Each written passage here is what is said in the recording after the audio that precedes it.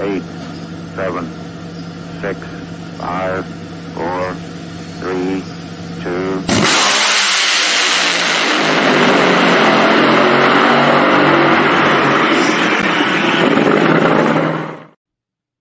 Ladies and gentlemen, and drag racing fans across the world, welcome to episode 89 of the Competition Plus Power Hour here on Competition Plus TV, YouTube, and Facebook channels. I'm your host, Darren Williams Jr., tuning in, and replacing the Monday morning racer, Lee Crabb, here today. He's out, but he will be back next weekend, though. But thank you guys all for tuning in here tonight. We got a special show for you guys here tonight. We'll be joined by Barry and Christie Johnson, co-owners of the Texas Motorplex. They'll be joining us here today. And also our most recent winner in Pro Stock Eliminator, TJ Coughlin, coming off his first career national event win in Seattle. He'll be joining us here tonight. So we got a packed and a great show for you guys here on the Competition Plus Power Hour. So let's get right into it, you guys. Let's not waste any time. I'm done babbling. Let's bring on the co-host. You guys know him as Slammin' Sam. Let's bring him on right now. What's up, Sam?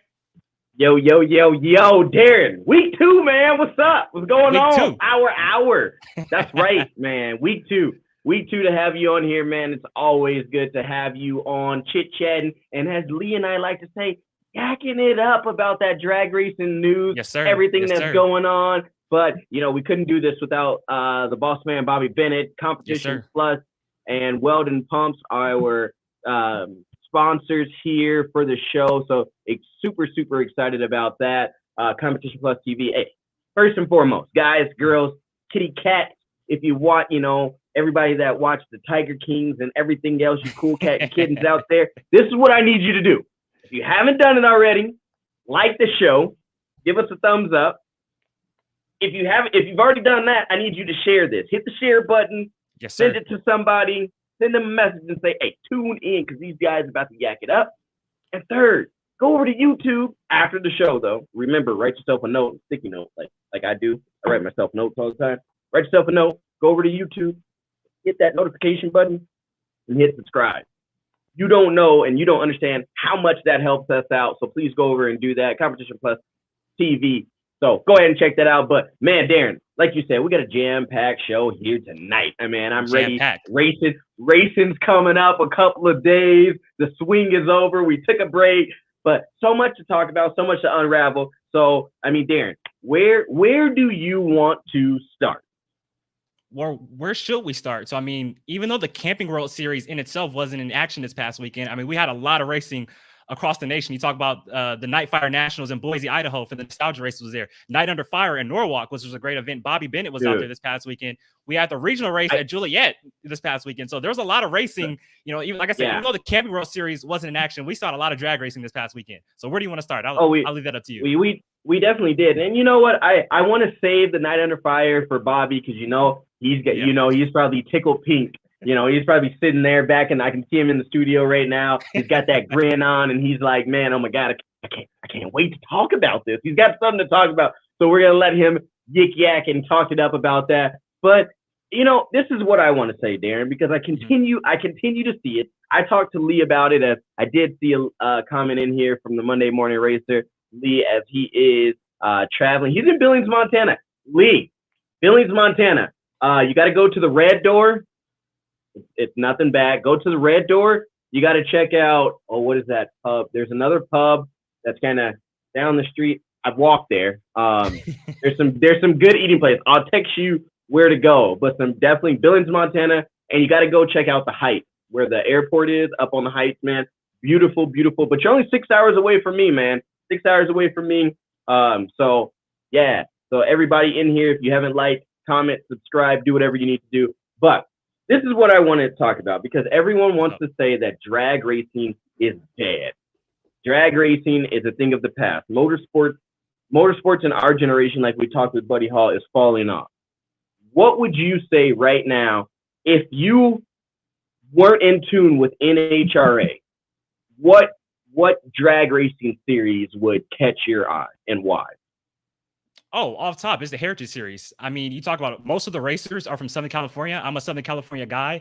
I mean, you got Nostalgia Funny Cars. You got Nostalgia Top Fuel Dragsters. You got Field Alters. You got Pro Mod Cars. I mean, you got A-Gas, B-Gas, C-Gas, D-Gas. So many type of classes within that series. And I mean, and just the vibe is just all around cool. The drivers are accessible. You know, the cars look cool. The racing is great. You know, the technology, of course, isn't on par with the NHRA, but the guys still come out, have fun. And it's just a great deal overall. I've been able to interview a bunch of the drivers in the Heritage Series. So off top, for real, it will be the NHRA Hot Rod Heritage Series. If you don't follow that series, tune in because there's a lot of great races. I mean, Bobby Cottrell just came off his third consecutive win at the Nightfire Nationals this past weekend, beat Hollywood Chris Crable in the final. He's driving for Mike Bartone and Tony Leber in that nostalgia funny car. You think about it, James Generalo, he just beat Corey Lee in the final round of Phil Alter. Corey Lee broke in the final round, so first win for James. That was pretty cool. And then Brett Williamson, second win of the season. He won the March meet to start the season, but then he comes back, gets his second win of the season, takes down Tyler Hester in the final round of AA Field Dragster, which is also known as Top Field Dragster in that series. So off top, the Heritage Series, a lot of great action in that series right there. It's a lot of fun. Yeah, and definitely, I mean, talking about these different series is, I mean, Lee, you need to go and check out the Rib and Chop House. That's for sure. For sure. That's why I left that comment up for a while. But, Sam, you make me hungry in the show, man. You make me hungry, man. Hey, man, look, it's a late night show. Everybody's probably didn't eat already. I'm just trying to help everybody out, man. I mean, let's be real. I'm trying to help everybody out. Lee is saying that Sega and Chaos. I agree with Lee. I do want to say if it was not NHRA right now, obviously everyone knows I'm a no prep fanatic. I like street racing. I mean, that's what I do on my spare time when my car's put back together. So I would have to go that way, but if it was not for that, I would Chaos right now, and a lot of people are saying that. Chaos, there's something, the vibe, the atmosphere of this heads up, bring what you brought, no matter what you bring or no matter what's going on, I think there's something out there for everyone. And that's what entices these fields and these classes, is when you're able to fulfill everyone's needs. And I mean, you know, and not to talk down on NHRA, but there's certain, you know, criteria of what you have, and we understand that, and we understand that Nitro leads the way in NHRA, but with these other classes, like your no prep, like your Chaos, it's more of a, you know, a flex field. Your Sega classes and your old nostalgia classes, those are geared towards other people. But if you look, and if you know, kind of opened your eyes to everything, Chaos has a bit of each and every, you know, atmosphere. Scott Palmer comes out and does his thing there. And we're going to talk probably a little bit more about him tonight when we dive into our guest from the Motorplex. But I mean, just so many different classes are taken care of when we look at the what's going on in Chaos. So I really think what Chris Graves has going on, you know, and moving around everywhere, that's the other thing I like. It's, you know, it's spread out. I mean, you know, they're over here one week, they're over there the next week. So it's really a nice thing. And then behind that, and something that's true, and you're starting to see it in the comments right now. Of course, Drag Racing Central is going to give me crap, and he's going to try and throw it in the comments. He's going to try and throw it in the comments like we forgot or something. But PDRA, I mean, what the Franklins have going on there. But I mean, that's hands down to what Tyler Crossnow is doing. I mean, the guy is phenomenal at his job, and that's what it takes, is more people to be phenomenal at their job of track prep and, you know, promoting and do that. And when you get people in that category, they can promote any class that they want. So that's what I like to see. I mean, hands down, I think all these groups and organizations are doing a great job right now. Yes, for sure. Because there's more racing, I think, now than there was a few years ago. So as long as we're pushing the move forward, we cannot disagree. There's a place to race for everybody. I mean, at the end of the day, and don't get it twisted. You talk about Funny Car Chaos, you talk about Sega, you talk about PDRA, all great organizations. I'm fans of all of them, but just the Heritage Series, just more accessible for me being on the West Coast. That's pretty much all I'm saying. You know, and I like to try to elevate that series as much as I can, because they don't get a lot of coverage, you know. So I try to elevate them as much as I can, because they have a lot of great stuff there. There's a lot of big names over there. Pat Austin's over there, Bucky Austin's over there. I mean, you got a lot of great other names that are over there. James Day, Corey Lee, guys who have run Big Show, they're over there. And so I just want to try to elevate them as much as I can. Some big names in that series. Oh, for sure. And I mean, and that's what it takes. It takes one or two big names in each series to be able to say, hey, you know what? This is how we're going to do this. And big names bring more people, just like you saw when you have Ron Capps, and I'm going to speak of Night of Fire before we bring Bobby on here. We're getting close to bringing him on. He's edging forward in his seats there. I can see him in the green room. But when you have a guy like Ron Capps promoting Spider-Man, on that bike, and he's like, man, what a hell of a pass. It's great to see this guy out at the track with us.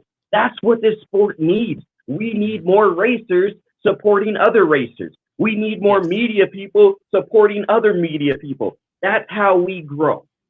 Mm-hmm. Yeah. So just to comment on the private chat. I'm hopped up on Nitro right now, so I'm gonna just say that. Just say that right now. I'm hopped up on Nitro. Man, hey, guys. So what Darren's talking about right now, I'm trying to tell him, dude, calm down, like relax. He's like, I'm like, okay, just calm down, brother. Take a drink of water. But no, that's what this show John does. Force right now. Yeah, I'm all wound up like John Force right now. No one is on the level of John Force when you get that guy. Man, no. I really want to know if he's actually drinking Monster Energy, because if he is, I need the formula that they give to him, because that's not one that's on the street right now for everyone else to consume, because that is a different form of Monster. But again, all in all, great racing all weekend. Night Under Fire, like I said, we're getting close to that time here to bring in our pit insider, Mr. Bobby Bennett. Going to go through some comments really quick here, Darren. I'm always amazed by the stands. Okay, after the pros, this is my take on it. A lot of people are coming for Nitro Pacific. They're coming to see the Nitro cars. That is the main event. Yes. You see it. People start leaving when Pro Stock Motorcycle, Pro Stock comes up. I personally don't understand why, because like I said, those are two of my favorite classes. A lot of people don't understand the heated battles and how much rivalry there is in these sportsman classes, because they don't take the time to walk through that side of the pit. They just continue, Nitro's up. Now I want to go and smell Nitro. Now I want to be back. I challenge anyone that does do that, stick around. I know you're in the sun all day. I know you don't want to sit there and be hot or cold or whatever temperature it may be, but stick around and watch some of these sportsman racers, because in the next few years, your sportsman racers are going to be your top racers. And that's what it's going to take is, us supporting these smaller teams that are building their way up and want to reach that next level. Yes, for sure. And you think about it all the time. They always say, "Well, we want the cars to look like real cars," and you get a lot of that in the sportsman series. But at the same time, you think about it. First round of Nitro, funny car, top fuel. It can last around hour, a little bit over an hour. And let's compare this to a stick and ball sport. Let's compare it to basketball. First half of the basketball here game. We go with the basketball. First half of the basketball game, right? What is it? An hour, 15 minutes? It's kind of the same. Doesn't matter. Basketball does not matter anymore. Kobe's not playing. Jordan's not playing. Kobe's not playing. Okay, doesn't matter. Let's do football then. Football. Since basketball doesn't matter, let's go football then. Football. So even a half of football is even longer. So that's why I didn't want to use football, because their halves are even longer. But I just think from the fan standpoint, excuse me. You think about it. An hour of Nitro, you want to get up, you want to walk around, you want to grab a hot dog, you want to grab something to drink, and obviously, what they love too is going back to the pits and getting those warm-ups, smelling the Nitro, getting up close to smell the Nitro. I just think, what can we do? How can we figure out a plan with the schedule to where when Nitro's done, people stay in the stands for Pro Stock Motorcycle, for the sportsman classes? What can we do to make it more appealing? Because there is more of a show than just Nitro. I've done it myself. Nitro's over. I stay in the stands for Pro Stock and Pro Stock Motorcycle, but once it's over, I do go back in the pits. I want to catch the stories, catch some Nitro. So I just wonder what can we do to make it more appealing to sit in the stands more for sportsman racing. If you ask me, you switch up the schedule, right? Yeah. You switch up the schedule sometimes. We all are privy to Nitro underneath the lights, right? Everyone, when you think Nitro, and just like Brian Lone said it on his live feed 2 weeks ago, not last week, the week before, he said, a lot of people were mad because in the game, in the scissor reel of the video game, why is there header flames during the day? Like, you can't see them that well during the day. And just like he said, that's to get you enticed. That's, that's what it is. And a lot of people, just like the comment was said, Nitro is the show, and it's the feel. The feel of Nitro still is a show, right? I mean, people always want to say, oh, like you said, we want to see doors, we want to see more cars that look realistic. We want to see this, we want to see that. But they feel that power when it comes to Nitro. That's what's going to grab their attention. So how do we change that? Switch up the show. Here's the thing, though. So most of the people who are leaving the stands are more casual fans. If you're hardcore, you're going to sit in the stands and watch Pro Stock. You're going to sit in the stands and watch Pro Stock Motorcycle. It's the casual fan who's leaving after the Nitro because that's what's sold to them is Nitro. And what do you do after you feel that power, feel that experience, smell the Nitro? I mean, you go from 330 miles an hour, 3.7 seconds to, a Pro Stock car. For a casual fan, it's like, well, we just seen the fastest thing. Why are we going to sit in the stands for this? I think that's just the mindset of the casual fan. It's the casual fans who are leaving the stands after Nitro. The hardcore fans are sticking in there. I want to watch the Erica Enders, the Ray Andersons, the Angel, stuff like that. That's what I think. Oh, for sure. And it was brought up because I had to, click the buttons, the ones and the twos for Monday Morning Racer last week. And he said it in his show. Just switch up the whole motto of the national event, period. And I agree with him. I mean, me personally, first round, I've got questions. I need answers. I've got, I'm here. Second round, you're going to catch me a little bit more, but for sure by the third round, bro, I am at that starting line because now I need more details. Okay, I've asked you the questions. You've moved on. You've talked about more. You've given me more insight. So now I want to see, okay, what you said, what those changes you guys are making as a team or whatever it may be. Now I want to see if you're actually going to back it up. And I want to be on the starting line and catch that photo or catch that question from one of your crew members or your crew chief, like what's going on. So I like that. Dan, we're going to dive into, go ahead if you got something to say. No, I just seen the comments, so I think we should move on. Oh, for sure. I mean, guys are, that's Bobby right there. Simple people, and that's true. Like, come on, man. Somebody can give you $1 million and you're like, why couldn't you give me $1.5 million? Okay, let me propose one thing real quick. Before we put Bobby on, let me propose one thing real quick. And for sportsman racers watch this, don't hate me. I'm just throwing it out there because Lee said we need to change the whole national event model. So I'm just throwing it out there. Oh man. What if we do Fast Sunday? So Top Fuel funny car, Pro Stock motorcycle, Pro Mod, Top Alcohol dragster funny car, all on Sunday, and leave the rest of the sportsman class to end on Saturday. Drag Race Essential mentioned this in the comments. Or if we think about it, leave just Camping World as its own solo single event. Don't even bring sportsman cars. Like I said, don't hate me. I'm just throwing it out there as, if we did change up the national event model, what would it look like? I'm just throwing it out there. But if you did that, we have so much downtime. That's true. I mean, okay, just throwing it out there. Yeah. I mean, so well, I get it. With the fast turnarounds now, though, I mean, golly, these guys get these things turned around in 45 minutes now. Like, it's amazing. Yeah. So, good comment from Don Moore, too. Good evening. And a lot of people, here's another thing. A lot of people were, complaining about tracks and this and that.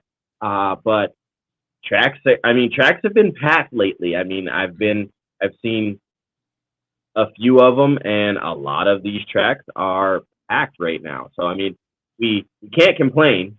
So, yeah, there you go. One and more comment. Very true. Very NHRA. Sportsman supports NHRA. Yes, very true. So that is that. But it is time. We are gonna start moving along on this show here tonight. This is our show. This is our card of what is going on. Darren, do we have No, we don't. So we are going to break to a commercial. One of our sponsors, Weldon Pumps. We are super glad to have them a part. So here we go.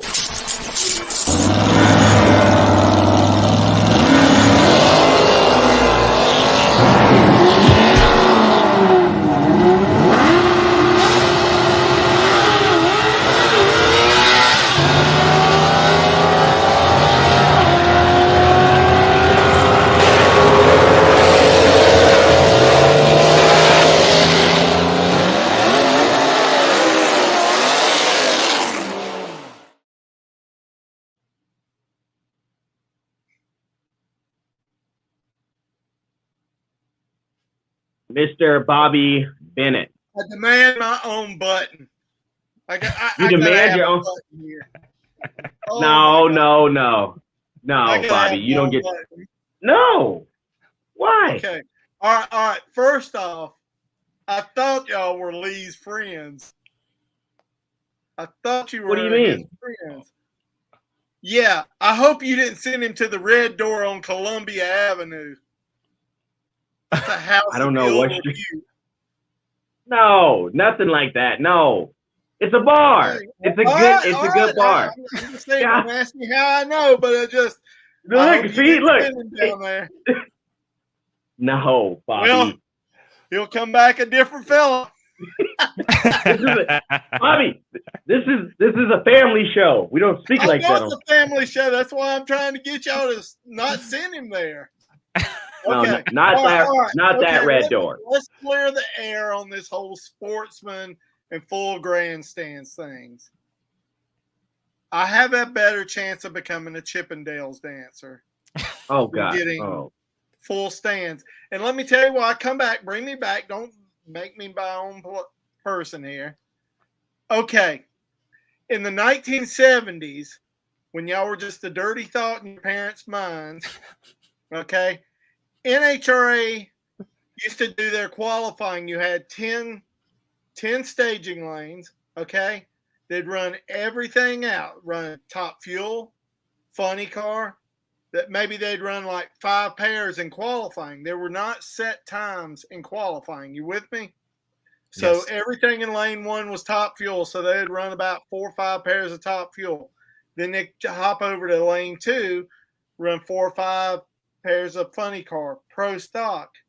And they actually got to run as many qualifying runs as they could get in. And it'd go pro comp, then comp, modified, super stock, and stock. So you know why the grandstands were full back in the good old days when stock eliminator were running? Oh, look, there's full grandstands for stock. No, top fuel was coming next, and they didn't want to miss the 4 or 5 cars that were going to run in there. That's basically how you're going to have to do it. The majority of the fans, and this is no disrespect to the sportsman guys. I mean, the sportsman guys are the toughest drag racers out there. They're very tough. Yes. But when it comes to the entertainment, the pros are the show. And that's why Nitro is the show. That's no disrespect to anybody, but that's the cold, hard facts. And the only way you're going to get those sportsman grandstands full is to go back to that, run 5 pairs out of lane 1, 5 pairs out of lane 2, and so on. That's why it was so big. Now, for me, a gearhead, I would have been jammed in the grandstands watching the, 50-pound flywheel, small block, stick shift modified eliminator cars running. That's what would have gotten me. But seeing how now the cars have, we're no longer using the 50-pound flywheels to wind them up and dump the clutch, that we're using 2 steps and electronics. It's just not the same entertainment value. That's not to say it's not the same. It's not an even better skill set. It's just the entertainment. What business are we in? Are we in the racing or the entertainment business? Combination of both. 100%. But Bobby, we're in the racing business. Pro racers are in the entertainment and racing business. So I have to ask this. 100%. But my question is, and what I want to know is, can't we run these sportsman classes and get them out and now take the last 2 rounds or last maybe quarterfinals, semifinals, and finals and mix them in? Now you're giving these sportsman racers, this main stage now to go out there and show their stuff in front of everyone. Like you said, people didn't want to miss, what was going to run next. So why not mix them in? Now you're giving these sportsman racers this true, test of, hey, I'm out in front of millions, thousands, whatever you want to say. Here's the deal. NHRA runs the sportsman categories down to the semifinals. The semifinals come around after the second round of the professionals. then we run the semifinals, then we run the finals of the sportsman, and we bring them up for a parade. I think the NHRA did a great job in doing that. I think that that's a very good thing. And just with the attention span of our society shrinking to a level, you've got to compact this race down to such a small sample size. And I wouldn't be surprised if one day we're not running first round on Saturday and going into Sunday with 8 cars.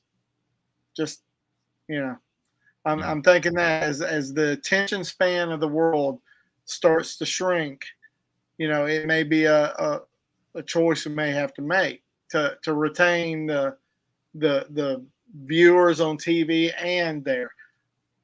I'm not advocating for that, but I'm saying that could be coming.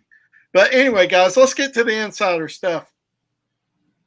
How about a former Pro Stock World Champion coming back to race at Indy in the Hemi Shootout? Want to take a guess? Give us a hint. Well, I don't like talking to myself, so stay here with me. Jason Line, we're hearing, is possibly coming back to run a Hemi car. And, he's done some engine work on some of the Hemi cars. So there's a very good chance we could see him out there running the Hemi Shootout. Dodge Hemi Shootout. Now, another thing, Roger Brogdon had his crash at the Topeka Division 5 event. It's leaning more towards parts failure that caused the crash. The Chevy 2 is in Jerry Haas's shop being rebuilt as we speak. Should be back out next year. In the meantime, Roger went and purchased another comp eliminator car that only had a half a run on it. Apparently the person he bought the car from made a half a run and said, that's not for me, see ya, and sold it. And Roger bought it. So Roger will be back at Indy racing that. And it's a funny thing that he's coming back to race at Indy, because I couldn't get Roger to give me an official answer, but what I'm hearing is that the Comp Eliminator Division 4 bonus fund is going to throw in some bonus money for the comp winner at Indy. And whatever amount that they're giving, which I'm hearing is substantial, again, it's all rumor phase. If the person qualifies for the Division 4 Comp Eliminator bonus fund and they're part of that series and win Indy, the number could double. So a person could leave Indy with stupid money that probably comes close to fuel money for running Comp Eliminator. Is that bad to the bone or what? Yeah, that's pretty badass. I like it. I'm telling you. Yeah. I'm telling you. So, again, great things from Roger Brogdon. He's perfectly content, running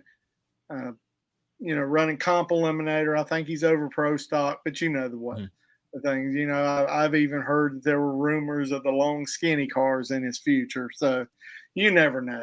I mean, I don't know. He could come out there on one of that jet with the kite on it, jumping cars. You don't know. Just the guy's a thrill seeker. So, those are some things coming up. And speaking of coming up, went to my very first Night Under Fire, the Cornwell Tools Night Under Fire. And if you want to see the entertainment value in drag racing with a patriotic evening, that's the event to go to. I'm telling you what, Bill Bader Jr., and my heart just went out to him, because I know what it's like to have to follow in your dad's footsteps after he passes.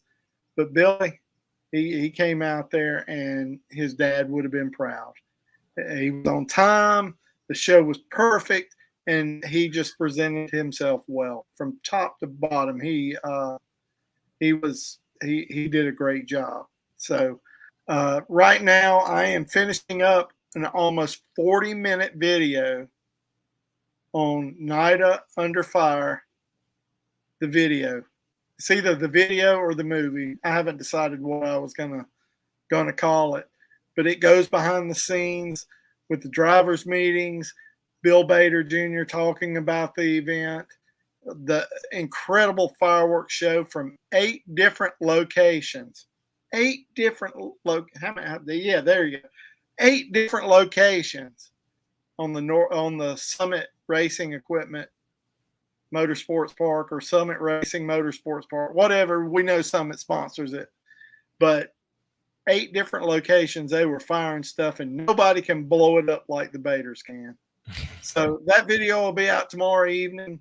It was pretty interesting, and thanks to everybody who tuned in for the top 10 episode on Friday night. If you haven't seen it, you got to. About 70 hours of editing work, but boy, it's entertaining. That's awesome. And Bobby, one thing I want to ask you, and like I said, I know you're going to put it all in the video, but I just want to know a little bit of the extracurricular they do at Summit Motorsports Park for the Night Under Fire. Like you mentioned, the fireworks show, but don't they like parade the drivers down the drag strip before the show and stuff like that? Just can you tell us what some of the extra stuff they do for that event? Bill Bader Jr. has this deal scripted down to the minute for every action on this thing. You're like, holy smokes, please don't let me be the one to screw this thing up. And he's got it. He's got every detail laid out from the time they come up for their first shakedown run to the autograph session to the pre-race to who walks up at a certain moment in the pre-race to the first round to the second round, and it's incredible. It is incredible what he pulls off with that deal. And that was one of his dad's big things: is be on time, start on time, do what you say you're going to do. Mm-hmm. And I tell you what, his dad, I have to know, was looking down on him, smiling, just very proud. And I got to tell you, one of the funniest parts in this video, he's talking to Mary, and I'm not even going to try to pronounce her last name. She's a PR girl from the track. He says, hey, Mary, make sure that your photographers know at this certain time to be where they're supposed to be and not where they're not supposed to be, or else they will have no face. And I'm like, oh, because they're blowing up stuff. I mean, Top Fuel motorcycles are burning out. Flames are coming up. Fireworks, bottle rockets, whatever. Whistlers, I don't know. Whatever was doing. Gemini rockets. They were blowing up everything. And I think he said he had 110 gallons of gasoline bombs across the street. And I mean, wow. It made shock and awe on the invasion of Iraq look like a couple of bottle rockets and some whistlers. I'm telling you, what an incredible show. It's just, you have to go there to believe it. And yeah, it's just incredible. I'm so proud of Bill Bader Jr. I think we all are. I mean, seeing the pictures, seeing, a lot of people talk about it online in different forums that I'm in. And a lot of people have always talked about these events and how great they are. So, I mean, it's on my bucket list to definitely get down to one. And, the Bader, it's the Bader's way. And they put on a show, that's next to no one out in drag racing. So, I mean, you have to be privy to what they're doing and enjoy when you are able to get down there. Yeah, we shot on Friday. I got there on Friday, and we shot an episode of Legends, a series on Bill Bader Sr. that's coming up in season 7 of Legends. And we also shot an episode of Storytellers. So you can hear the story about how the Cremora bomb came out, and they thought they killed 5 spectators. So I'm telling you, and Bill Sr. was not amused, but it was bitching though. They blew up these things, and it looked like mushroom clouds.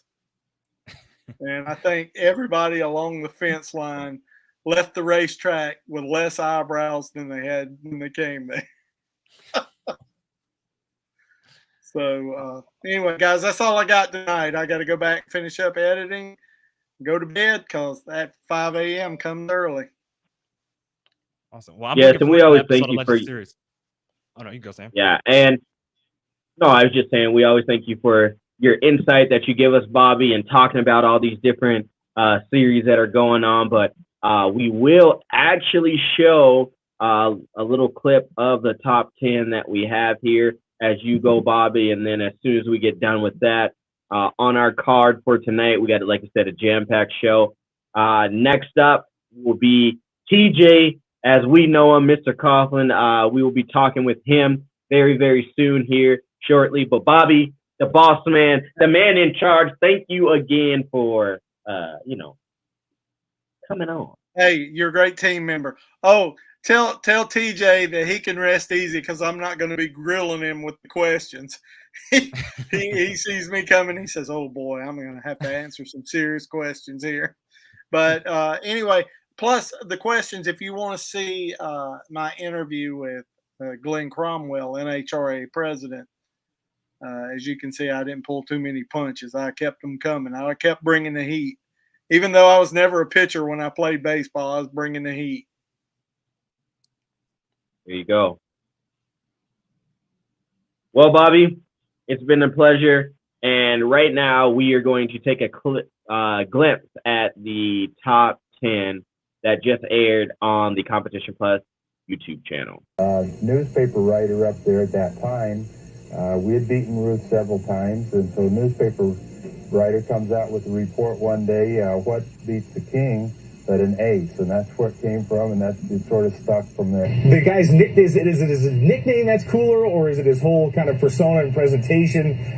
Always with the perfect hair, and of course always with the perfect right and or left hook, and or right cross, and or right overhand, and then of course the white guy fro. The early 80s white guy fro. This is when McCullough came back into the sport. Not only the white guy fro, but also, again, kind of it was a Karamessinas tribute mustache he was rocking at this period in history. And look at the stash. Look at the stash. Look at that stash. Woo! I'll tell you what. He showed Magnum PI how to wear that thing. The ace?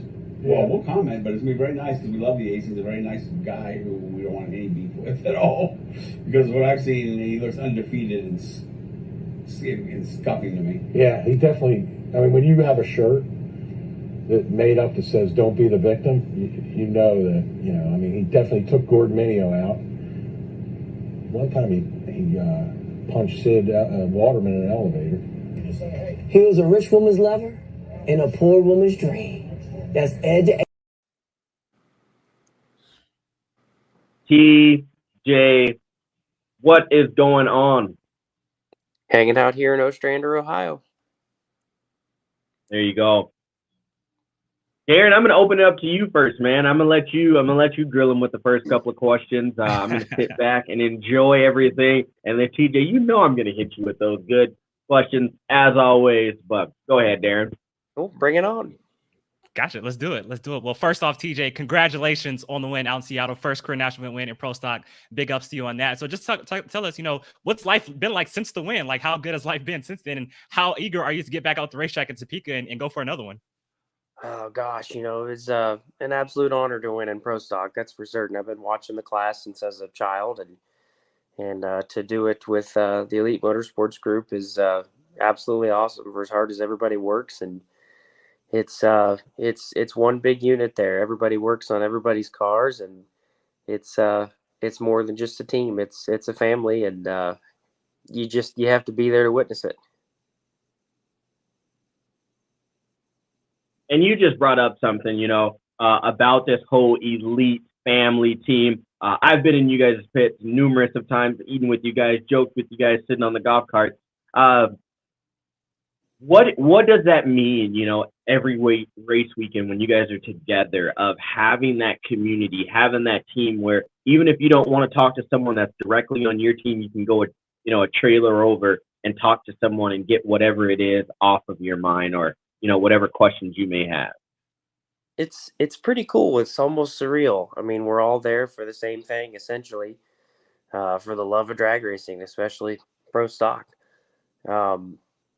It's just fun. We're always together. We're eating together, and it's just it's.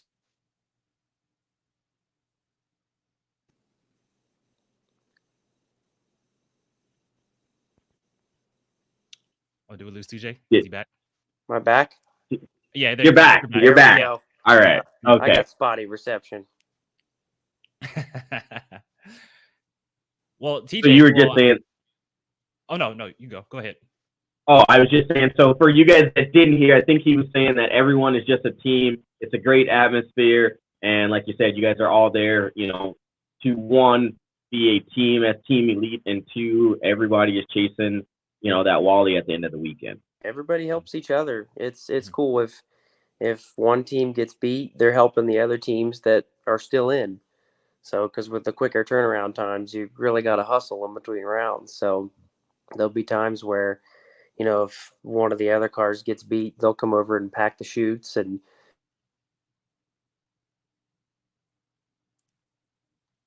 did we lose him again? now I'm back.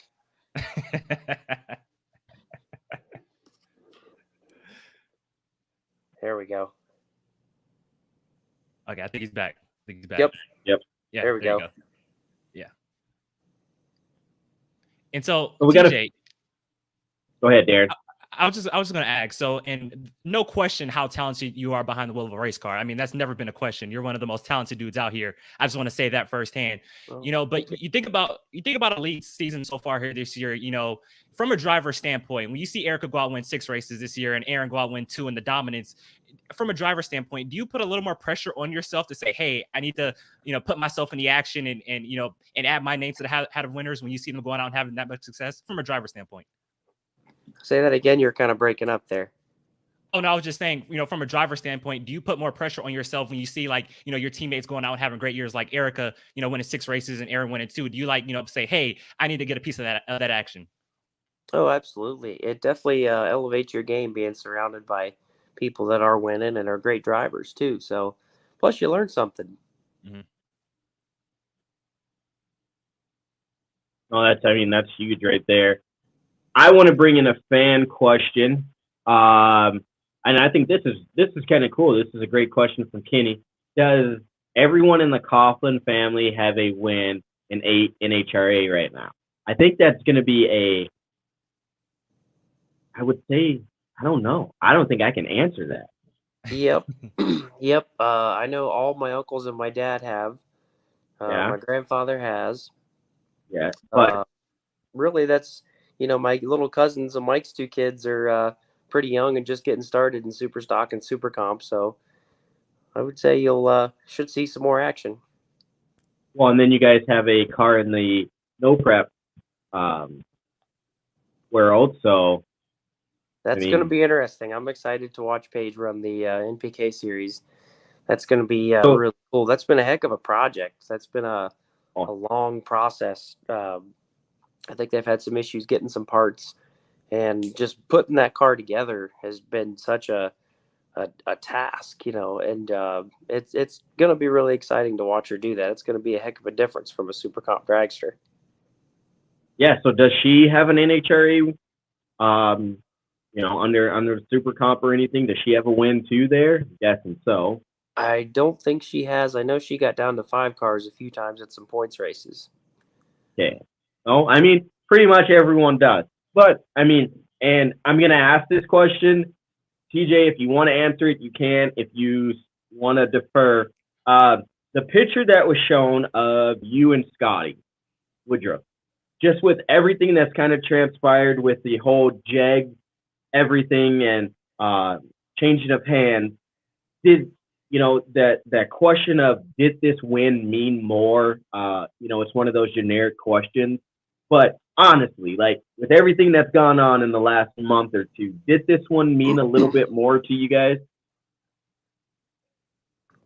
It's and any win really is very meaningful because as tough as the pro stock class is, you'll take anything for sure. But yeah, with the transition and everything that's gone on, yeah, this it was definitely very exciting, and hopefully we can get a few more. And we have a cool comment right here from Duro Craft. He says, "What is TJ's dad up to these days, and will he ever come back to pro stock?" And that makes me want to ask. So I'm gonna just throw this out here. So your dad won his first race, Reading 2001. You win your first race, Seattle 2022. Yep. Your dad won his second race in Topeka 2002. Where are we headed next? Topeka. A little symmetry there. You think after this win, the floodgates can open and you guys can be just like your dad and both win Topeka? I think that'd be pretty badass. I'm all in. Let's go get it. But yeah, just the question, what is your dad been up to, and will he ever come back to pro stock? Darrell Craft asks. I don't know that he'll ever do the pro stock stuff again, but I think if he did something again, it'd be pro mod or something in the outlaw series. But I think he's really enjoyed kind of mentoring Paige and I both on our driving and taking a big hand in the business of our property business with the CBR group, and he pretty much manages that, and he's pretty busy man. For sure. And so for you, we continue to talk about your family. What is it for for you to have your dad and have someone that has his record book and your whole family? What is that like to have that knowledge, to fall back on and say, hey, dad or grandpa, like, hey, uncle, we've all gone through this, highs and lows of drag racing. And when you're in the mix of it, what is it like to be able to call or pick up your phone and text and like, what do I do right now? Like, how would you handle this in your seat? Well, I would say that we're definitely blessed, especially in my shoes with all my uncles and my father and their experience in drag racing. So I would say I'm definitely the luckiest kid in the pits. Definitely really are lucky. And like you said, the family heritage, you guys have been out here since 1960. I mean, the history goes on forever with the Jegs family. I want to ask, what was the conversation like with your dad after the win? Even Jeggy, what was the phone call like afterwards? And just kind of fill us in on what they said. I was about in shock for about 2 days personally, but no, I just a bunch of attaboys and let's keep at it. Let's keep going. Let's keep turning on win lights. For sure. And so with that, you have to ask, you have a teammate, maybe a mentor like Erica, right there. That what have you picked up from her and her, how she's been over the years, and then especially this year, she's got that chip on her shoulder. She's very, very, I call her the feisty cat. She's out there, she's ready to go. You throw something at her, she's throwing it back. I mean, whatever comment, whatever you say, online or whatever, she's throwing it right back. So what have you taken from her, and what, has she been like, no, TJ, you got to do it this way? She's definitely pretty tough. Really, just anything from clutch linkage advice to, the mental side of it. Lots of different little quirks in the class. I've learned a lot of good things from Erica. So it's almost like you learn something new every race. It's definitely great to have her next to us in the pits for sure. So she's been a huge help, especially on the clutch linkage side and just driving the car. She's made so many runs in a pro stock car, and she does it pretty well. And I'm pretty sure it makes it even sweeter when you could beat her by 1/10,000th of a second in the final round. I'm sure that's pretty awesome too. 1/10,000th. That's almost fate. Yeah. And we had a comment too. A guy said, you've been very good on reaction times lately. Like I said, we've never questioned, your driving ability. How cool is it for you, to have, and Sam McCarty asks this, but to have, a champion like Erica in your stable, a champion like Aaron in your stable. Like I said, does that just raise the game for you guys? And then also on top of that, we've been talking about it lately, at least dominant so far here in 2022. I'm sure you guys know that, Greg Anderson and Dallas Glenn and those guys, the KP boys, they're going to be coming for you guys second half of the season. So what is the mentality like for your team to try to say, we need to stay ahead of these guys and continue to dominate from here on out? Well, we're just trying to stay consistent and just keep making good laps. All the from everybody to Elite Motorsports, from the crew chiefs group down to everybody in the engine shop to absolutely every single individual on Elite Motorsports. As hard as they work and the passion levels are as great as they come. So I have no doubts that the performance will continue. Boom, mic drop. I've called it. I've said it. The battle has gone back and forth for years, right? I mean, we've had KB on top for a little bit. We've had this battle, and I think right now a lot of people are saying, well, Elite's got this mega team and they're doing this, and everyone. Yes, that's what makes competition better. No football team out there says, you know what? Hey, we've got 5-star players and we're only going to use those 5-star players. No. And the biggest thing goes to the off-season testing.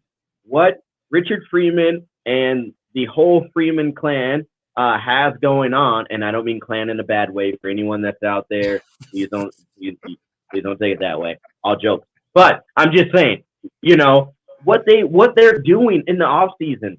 I mean, when you have a family that works together, eats together, does everything together, one person picks up on something and they're like, that's it. That's the one thing we've been missing.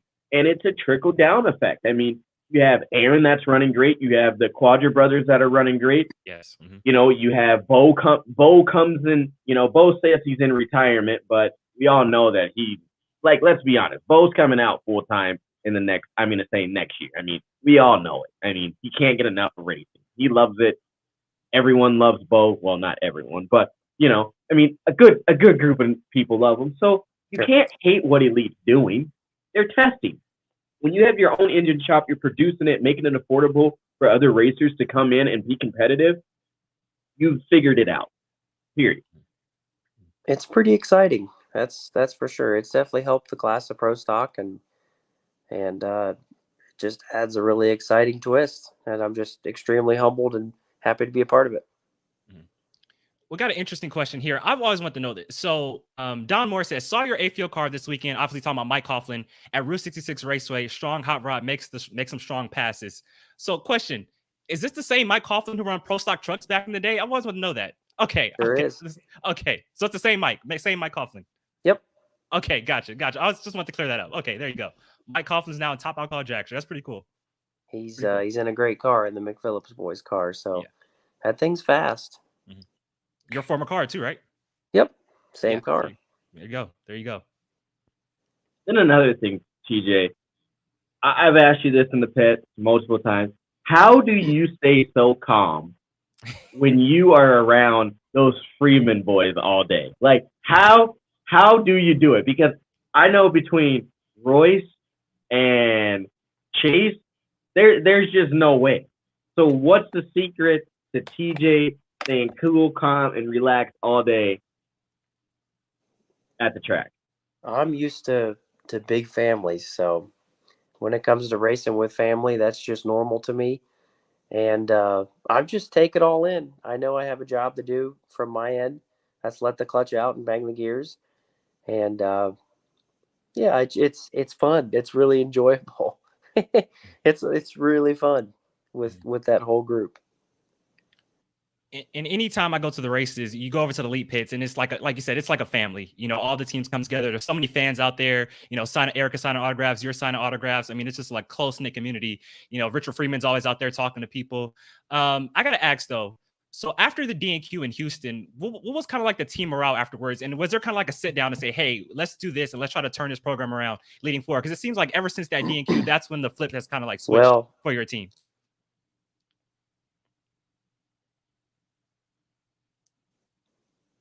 Just give him a second. He'll be back. Yeah. How's my connection, Sam? Here I am.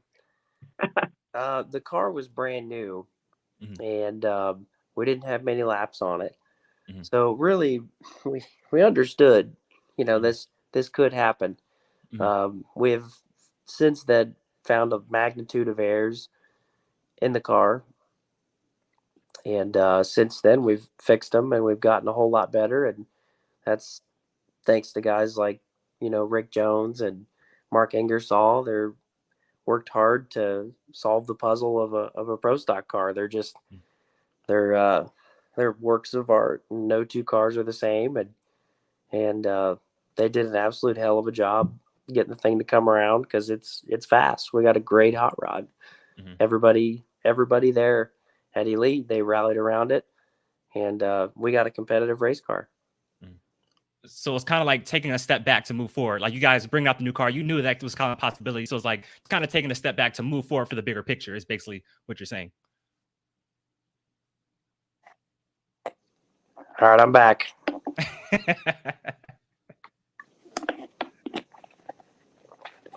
What was your question? No, I was just saying the mentality of kind of taking a step back to move forward. Like, with the bringing out the new car, this could happen. So it's basically just kind of taking, I wasn't to say a step back, but leaning like, hey, this is what we're building for towards the future. And like we've seen, it played out with the win in Seattle. No, exactly. Just a never give up attitude, never surrender attitude. And that's kind of the theme at Elite, and never surrender. And they kept digging, and I'm just.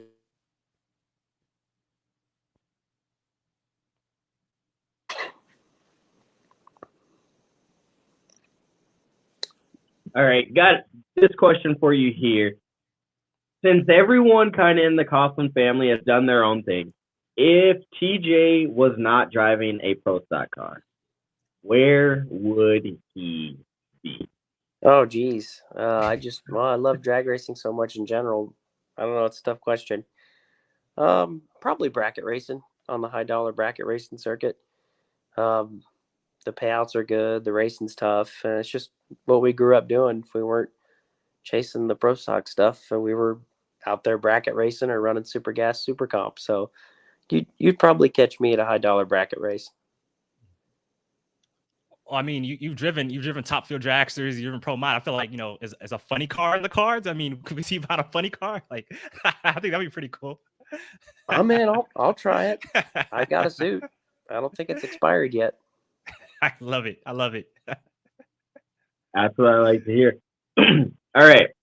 Now we're going to get into the nitty gritty, because I've always told Chase that if I have someone on and I can get a funny thing about him, it's going to be. So, TJ, I'm counting on you. What is your best family Chase story that you can tell on the show tonight? Oh, geez, that's tough. There's several instances, but gosh, I don't know. That's tough. I'd have to think about that one. He's always doing something. He's always working on something. And he's always got a great attitude, and he's always smiling. That's always nice.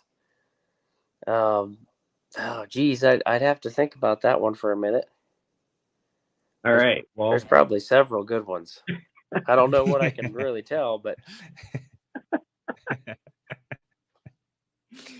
And we got another fan question here from Kenny Trent. Going as a bracket racing, says, how does Troy Jr. feel about the delay boxes in bracket racing? Says Kenny Trent. Well, that's kind of a, for top ball bracket racing, that's a necessity, especially when you're letting go of the trans brake on the top and the car leaves on the third amber on the bottom. I think it's definitely a tool for the job that you need and you use as a tool at the races that delay boxes are permitted. Of course, that is. Heck, I've used one my whole life bracket racing, and I wouldn't know what it'd be like not using one. Sure. And one more question here for you from Drag Racing Central. What is the hardest car you have ever driven? Well, the pro stock car, I would say, is the most challenging to drive well. And can you drive it well, and can you drive it consistent? And if you can, then that's pretty stout, because you know, when you're pulling gears and you lay it on the limiter, you're losing momentum. If you short stick it, you're not putting all your power to the ground. So there's a lot of little quirks to that, driving those cars that it's a challenge, and you have to be 100% focused. You're basically hitting the tree 5 times. you hit the tree and you're shifting, and you need to be on time and keep it in the groove. So to me, that's the most challenging thing that I've personally ever driven. And so TJ, going off of that, so we're down to the final 3 races of the regular season: Topeka, Brainerd, U.S. Nationals. We're closely getting to the countdown. It's almost go time.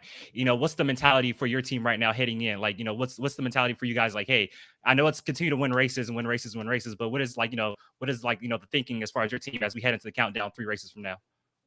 Well, let's be consistent and survive in advance. Let's just keep turning on win lights and be consistent and learn. If the car's trying to tell us something, let's learn. And, that goes for the whole group. I think we're just going to keep learning and keep racing. And I have very good feelings. And that's what it's all about. I mean, we're looking forward to Topeka here. Everything looks good, looks bright. You guys are on the right path to getting there, heading to Brainerd, one of my favorite tracks, only because it's really close to the house.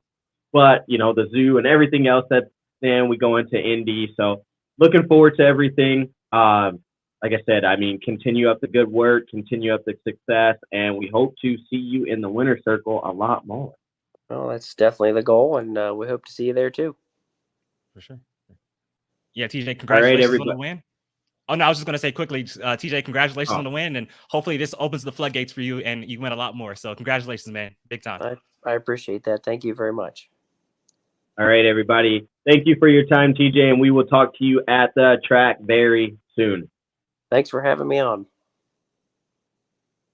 And that was TJ Coughlin. And next here, after we look at something bright and shiny, if you need to upgrade your headlights or anything, we will be talking to the Johnson family from the Texas Motorplex about the upcoming event down there. So right after this short commercial break, we will bring them on and talk about that.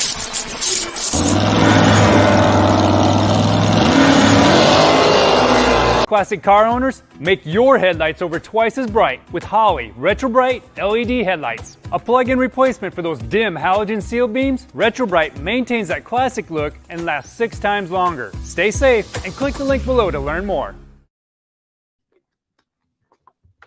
Hey guys, how's it going? Good, how are you? Oh, just plugging it away, yakking it up, talking everything drag racing.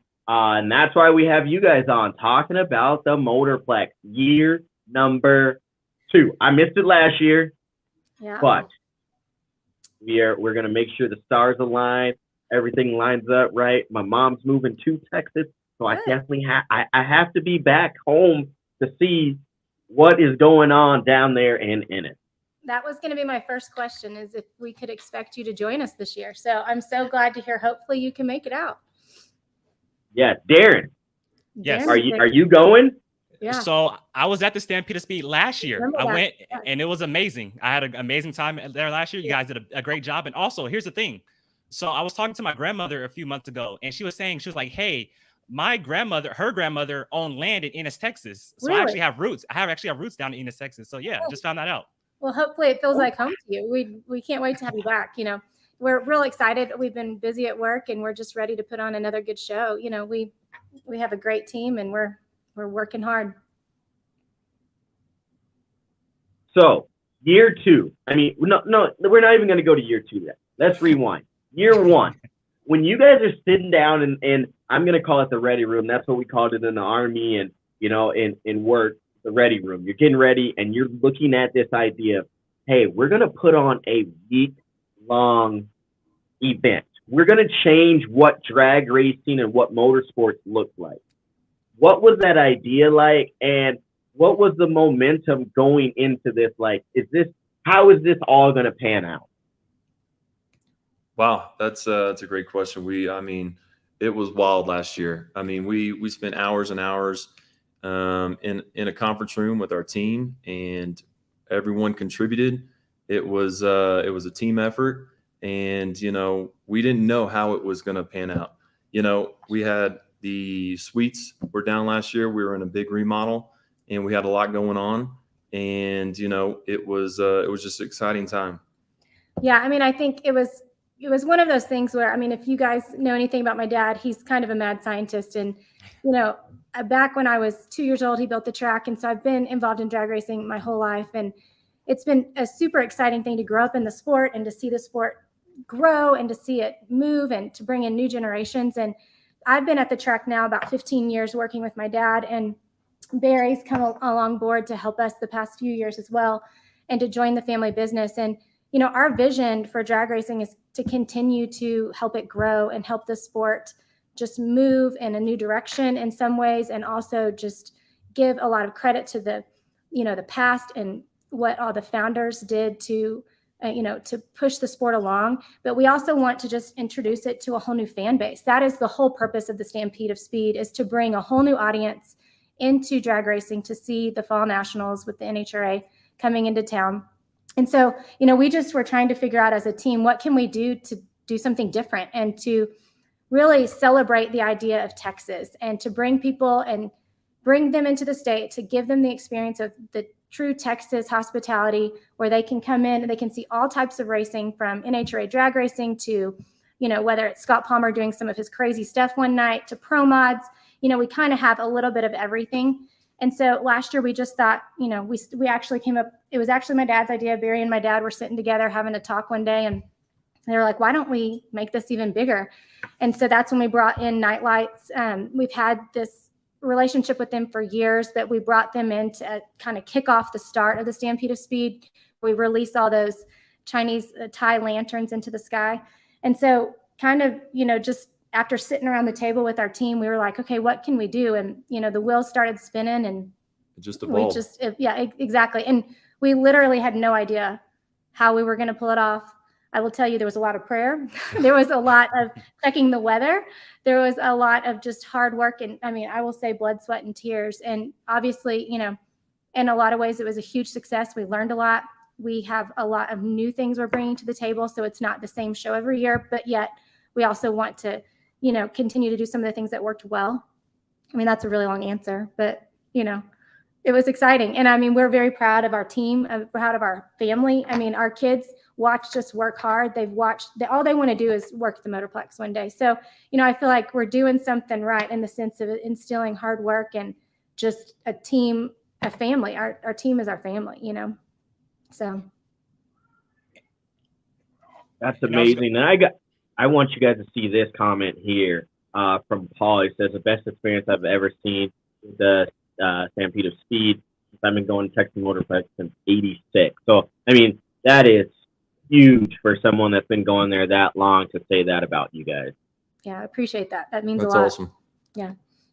That's what we're working towards. And so, Paul, I mean, and I'm sure you guys remember this, Daryl Gwynn, first top field car down the racetrack, 5:26, 278, set the national record. I mean, that was a pretty big way to kick off the Motorplex right there.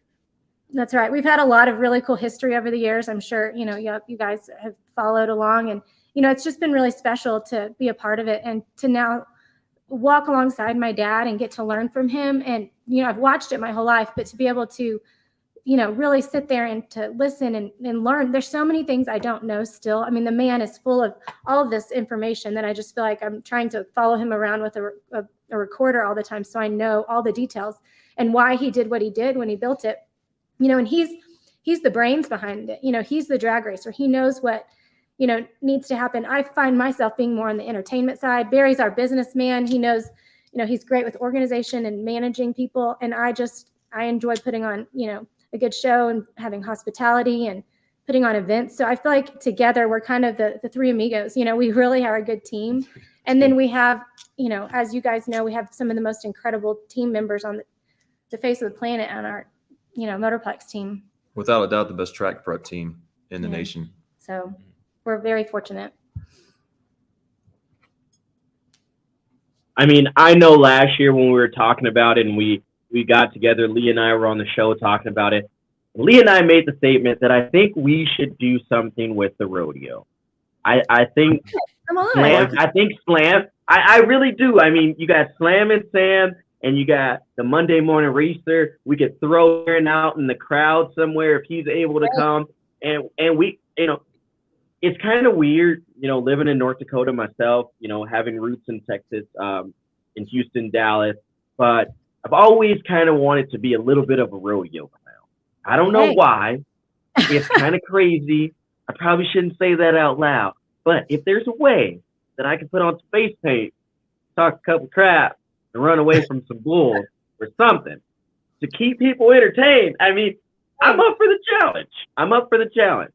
As long as there's brisket and boudin for my, like, that's all I would require. It's brisket and boudin, and I'm there.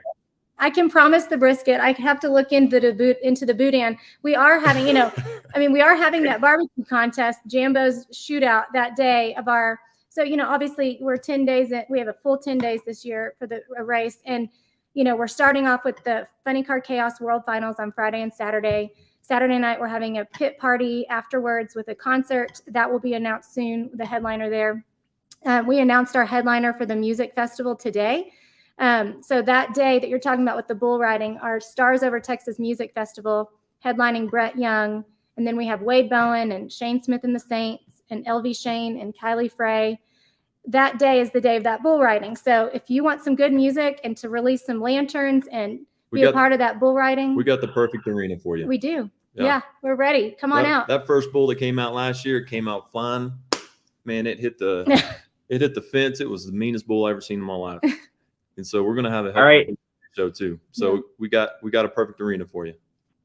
Lee, the Monday Morning Racer, just chimed in. He said he won't miss a thing this year. So Lee, I'm throwing you under the bus, man. The bus is loaded. We got to get out of the little smart car. You and I and Darren, somehow we're gonna jump out of that and make an appearance at the Motorplex. But you guys have done a lot. I mean, it wasn't just putting on this race, the facility after, the freeze that you guys got down there. I got to say, I gave all my family in Texas crap. I live in North Dakota. It was like negative 30 here. And you guys were like, oh my God, it's like 32 degrees. And I'm like, hey, I have never experienced anything like that. I mean, we had snow up to our knees. And I mean, I've never experienced anything like that in my life. But yes, in Texas. Yes, in Texas. But yeah, you're right. We've been through a lot in the past couple of years. We're super fortunate that we had the ability to remodel the suites. The suites are state of the art. We were able to remodel every single bathroom on the property. And if you know about the bathrooms were one of the big things my dad wanted to do when he built the facility, because he had a sponsor come out to a race and there was only porta potties, and his wife was in her fur coat and she refused to use a porta potty. And so that was kind of the whole drive for him to build the racetrack. He realized, he always said, it was a big league sport playing in minor league facilities. And so that's kind of the whole reason he built the Motorplex. So we had, at one point in time, when we built the track, we had more bathrooms than Texas Stadium until they built their new stadium. So, we have quite a few bathrooms. Those are all remodeled, brand new facility there. So, we've been working hard. Every year we try to do something new to update the facility. The facility was built in 86. So obviously we, 37 years in. So we constantly are looking to see what we can do to make it a better experience for our racers, for our fans, for our sponsors. So, we've done a lot in the past couple of years, and we're really proud of the work that we've been able to do. Yeah, when Billy built it in 86, obviously he wanted to build one of the greatest drag racing venues in the world for the fans. And I would say that vision still holds true today. And that's a big part of what we're doing, Stampede of Speed. Yeah. And I mean, you talk about it, you want to build one of the best drag strips in the country. If you think about all the tracks after that follow suit, you think about Topeka, built a big tire after that. Houston followed suit after that. I mean, you guys set the standard for stadium style drag strips in America. And so going back off can you guys hear me okay? Is my connection okay? Yeah, we can hear you great. Okay, gotcha. So just going back to last year, like I said, I was there and I always said drag races should be spectacles. And you guys turned a drag race into a spectacle. And it was amazing with the lights and, giving the check to whoever has top mile per hour for each session, everything like that. And even brought on Dustin Lynch. I thought that was cool. And so this year, we should be expecting Brett Young, right? I love me some country music. So Brett Young this year. Yes, right. Brett Young will be there on Sunday. And we're bringing back the bonus money on Friday night that was one of my favorite things I've ever seen in drag racing, where the pros duking it out on that saddle and holding that check. That was, I mean, that's the whole point. We wanted to bring, a show to the fans. We wanted the racers to have fun with it. And we wanted them to have something to look forward to and compete for. So we're bringing back the bonus money on Friday night and the Friday Night Live experience with fireworks and some exciting things Friday night. There's a lot of the same things, like I said, that we're doing this year that were similar to last year. One new addition we're doing this year is the Champions Dinner on Wednesday night. Every previous winner from the Fall Nationals in the pro categories is being invited to a Champions Dinner, along with last year's 4 winners. And there will be a limited amount of tickets for fans to purchase to have dinner with the champions. And every fan will get a picture with last year's winners, and they will get to have a formal dinner with the champions and a Q&A, and we'll announce our Texas Motorplex Legends Awards that night. And then we have a special after party surprise for all the fans that night with the champions. So that's something new we're doing this year, just trying to, give fans an experience they've never been able to have before. A picture with all 4 winners and dinner with every champion that can be there from the past 8 years of Texas Motorplex. Awesome. That's huge. Drag Racing Central comes in and says that he really liked the Al Tucci West Buck. And I was going to mention that, having someone, as I call him, the Tooch train, come on, and his voice, when he gets on the microphone, he knows how to capture your attention. And then having Wes come in and them going back and forth, especially with their relationship and now Wes's relationship in Texas. What does that mean for you guys is to have, those 2 icons in our industry be there and support, and all the overwhelming support you guys had? What does that mean to have that backing from the rest of the motorsports industry? It means everything, just to be able to have these icons in their own right come in and be a part of it. It meant so much. And, it was so exciting just to hear their excitement. They understood what we were trying to portray to the fan and what we're trying to do, something a little bit different that's not been done before in this NHRA world. So, it means the world that we have the backing of these people. We're so fortunate for these friendships and for these opportunities where people want to work alongside of us. And we're just so fortunate, that we've gotten to work with them. They're both incredible. They're both great to work with. Al is, just so kind and generous. And Wes, he's done so much for us and he's been so supportive of us over the years. So, we just couldn't be more thankful. And so I actually was, dropped out of the show for a second. So I don't know if you guys went over this, but one of the big things last year was the clown. Did you guys go over that yet? As far as the act, will he be back this year also? Yes, we will have Ronald the Clown back. He, really and truthfully, that was one thing I really wanted last year. When we started talking about all things Texas, I was like, we have to have a rodeo clown. We have to. So, things will be a little bit different. We have a little bit different game plan for the week and kind of our core tone that we're trying to hit. But our rodeo clown Ronald will be back, and he will be there signing autographs for kids and hanging out and putting on some fun skits that we just are excited about. And so, he'll have a partner this year. That's right.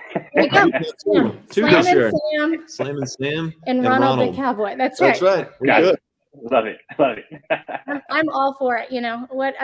That's the thing is we want people to have fun with this. We want people to get the feel of Texas. We're doing the cattle drive on Friday to start the week again in downtown Waxahachie. We're bringing in the cattle so that's Friday the 7th as we're kicking off the Funny Car Chaos event. So we're trying to do some more of those really neat things because, we want people to come in. Our goal for this is for people to come in for the full 10 days. If they can't come in for the full 10 days, come in for the weekend, go home and work, come back for the next weekend. I know that's a lot to ask, but our goal is to bring as many people, especially out-of-state people, to experience this huge event and get really the taste of Texas. And so, where tickets are on sale, we're really pushing people to go ahead and purchase now so they get the seats that they want because they're going fast. Ticket sales are up. We're really, really excited about that, obviously. We are, yeah. So we're just really pushing people to, come on out and camp for the 10 days. We've got our back 40 campgrounds. We just want people to come in and have the experience. Hey, we want people to just come and have a good time. It's a family-friendly event. That's another thing I really want to hit on. We have young kids. Our son's name is Sam. It's a great name. But I think our goal is for it to be something for each generation. We have a kids zone. Y'all might have seen that last year where we have, bounce houses and rock climbing and bull riding and mechanical bull riding. But, we want this to be something that the entire family can come out and experience something, whether it's music or bull riding or barbecue or, lantern release, and then obviously drag racing every single day. And that's something new this year. We are drag racing all 10 days. And something new on Sunday, in between sets, we're going to have an exhibition race between two. Before Shane Smith and after Shane Smith, we're going to have a couple exhibition races, racers to be announced. Yeah. But that's something new we're doing on Sunday. Should be exciting. Okay. And we're going to be drawing a lot of non-race fans there on Sunday. So it's a great opportunity for us to showcase and introduce them to the sport of drag racing. Because like y'all know, TV doesn't really do it justice. You got to be there in person. It's got to hit all your senses. And once you experience that, then you're hooked. Right. So that's the entire goal of this whole thing is to bring a new group of people to drag racing and let them be baptized by nitro, basically. Right. All right. I don't know if you guys see this comment here, Darren. They're talking about they're talking about a mechanical bull. That's fine. What's happening? Darren. I can like fit that in the schedule to where we can make it happen, no doubt. Live on Facebook, whatever you want, we'll do it. 8 seconds. Already. 8 seconds. Let's do it. It seems like that's right. All right. That's right. Lane Cross. Was that the Lane Cross? Lane Cross. Yeah. You have me forever. I love Lane Cross. Yeah. Oh, that's amazing. It seems like tonight we've already added us three to the rodeo. Great. I'm following the clown around, and now Darren and I have a mechanical bull competition going on. So the list is it's already better than year one, right? You're adding us to all of this stuff. So I'm excited. You don't get many different, events like this. And for you guys, I'm looking at this and saying, after you guys walked away from this event and saw all the comments and how happy people were while they were there, for you guys, was it one of those things like, okay, we've officially changed the game of drag racing or motorsports? Like what we just did just changed the whole game. Because looking at that and now looking at to what we're involving in different events, national events, no prep events, they're adding a lot of what, things that you guys have done, concerts and this and that. So would you guys say that, you guys have kind of really changed the game of what motorsports looks like? That's a big statement, and that's our goal. And I think we have made baby steps to accomplish that. And I think we are continuing in that process. That's the goal for this, is just to continue to bring in, a whole new perspective. But at the same time, I think more than anything, number one, it was kind of like, oh my gosh, did we really accomplish what we set out to accomplish? I think we were all in shock for a couple weeks. I'm not going to lie about that. And I think just an overwhelming sense of gratitude. And, we had 10 days in Texas in October with no rain, which is unheard of.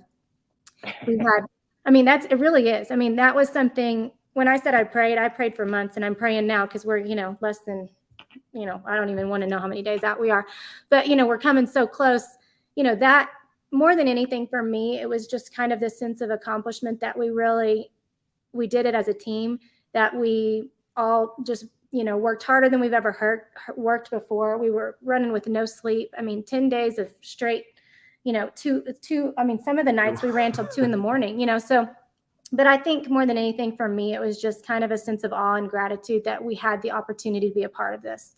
And we just want to continue to do it. I think you guys are aware, most people probably in drag racing, it's kind of an addictive thing. It's like once you get the taste of it and you get to see other people just really just fall in love with it, and, their senses, they get, so excited with the sounds and the smells. And, I feel like it just becomes an addiction and you just can't get enough. So for me, I want to be a part of changing history. My dad was, and I want to follow in his footsteps with my husband and my kids. But, I feel like we're taking baby steps in that direction, and that's, one step at a time. And we just got to stay focused and keep our vision, and hopefully, we can continue to accomplish big things. Yeah. If you hadn't noticed, she's Billy Meyer's daughter. And His blood runs deep in her. So you mentioned no rain. So just last year that I'm from Southern California. So I was used to humidity. So me and my girlfriend, we're sitting in the stands. You see my hair now, but by the end of the day, my hair was standing up from that humidity. I was like, wow, it's pretty funny. And I just see so many tracks following suit now. I think like the Gator Nationals are now having performances at their tracks. The U.S. Nationals are having performances at that track now. With all the history, I want to ask you guys this: with all the history that's happened at Dallas, like I said, I mentioned Darrell Gwynn, Eddie Hill, first 4-second pass there, John Cruz going there in 1992. There's been so much history there. Corey Mack, 320 miles per hour. Mm-hmm. With the races that are dropping off now, Arizona, Englishtown. Do you feel like Dallas should now be, mentioned as some of the majors on the schedule with the U.S. Nationals, the Gator Nationals? There's been so much history there, so much, since 1986. Do you feel like it deserves being up there as a major in the NHRA? I sure would hope so. I mean, I think so. I mean, we have one of the largest attended events there is. I mean, obviously, we're the longest event there is. I mean, even before we started the Stampede, we were still one of the largest events because we have such a large sportsman category. We run 4 days. Even through the pandemic, we've always been able to have more rounds than a lot of the tracks for qualifying for NHRA events. So, I mean, I sure would hope so. I mean, that's our goal. I mean, I would love to have another national event one day, like we did when I was, growing up in the 90s at the Motorplex. It was, the prime time of drag racing. Stands were packed, standing room only, and we had 2 national events. I'd love to see, some new things come our way, whether it's an all-star race or something different. I would love, that's, working with NHRA, they've been extremely gracious and they've been extremely helpful to let us, try something new. Obviously, it's completely outside of their realm that they're used to. But, at the same time, the whole goal is to help them. It's to bring more people to their race and introduce NHRA drag racing to, the next generation. So, I mean, they've been great partners. And so I'd hope, they would recognize us as one of the major players because we are. I mean, there's no doubt about it. I mean, and I want to stay humble, but at the same time, I know what we're capable of accomplishing and what we have accomplished. So, I'd hope so. I hope. And there's no other event out there like this. Right. 10 days of speed, fastest 10 days in Texas. Right. And you can't go to any other NHRA event and see anything like this. I mean, obviously you'll see the same, cars go run down the track, but you won't see, bonus money. We have the largest purse on the tour. You won't see anything like it anywhere else. Love it. I love everything that you guys are saying there because through it all, I think the one thing that everyone can say is you guys have been extremely humble about this and saying what, from the track side and from you guys' promotion, what else can we do? What else can we do? So from the media side and, aside from this show, what can we do as media people? What can we do as fans that have experienced this? And taking this in, what can we do to help you guys? I think that's the question that isn't asked enough is what can we do to help you guys? I mean, for me, it's just talk about it, let people know the experience that you had and, show people how exciting it was to you. That's to me one thing that we are really trying to get the racers to do is to talk about how much they love coming to the Motorplex, how much they had fun doing something totally different, whether it was the bonus money on Friday night or, even we have the draw auction, which brings fans that get to, auction off, they get to bid on items with their favorite racers, whatever it is, just talk about it. I mean, and I feel like that's the best way to, I would agree. I mean, word of mouth to me, just old grassroots. Let's just keep talking. Yeah, I would say stay creative, stay forward thinking, and continue to, make this an exciting sport and showcase the characters that are out there. Right. There's some amazing drivers out there, amazing people in the sport. And the more you showcase them, I think the more it'll be attractive to those fans that hadn't experienced it. And that's one thing that we really want for people to see. That's why so many of these like Street Outlaws does so well is because there's characters and you see drama. And, so that's one reason we love this idea of bonus money. You see, one racer, run great, get the check, and then you see the next guy knock him off the saddle and you see a little bit of, tension, whether it's fun or they're just acting. I don't know. But, there's got to be drama. There's got to be personalities. There's got to be, a show. I mean, that's one thing that, we're really trying to help move forward, is just bringing in some, other things besides just the racing portion.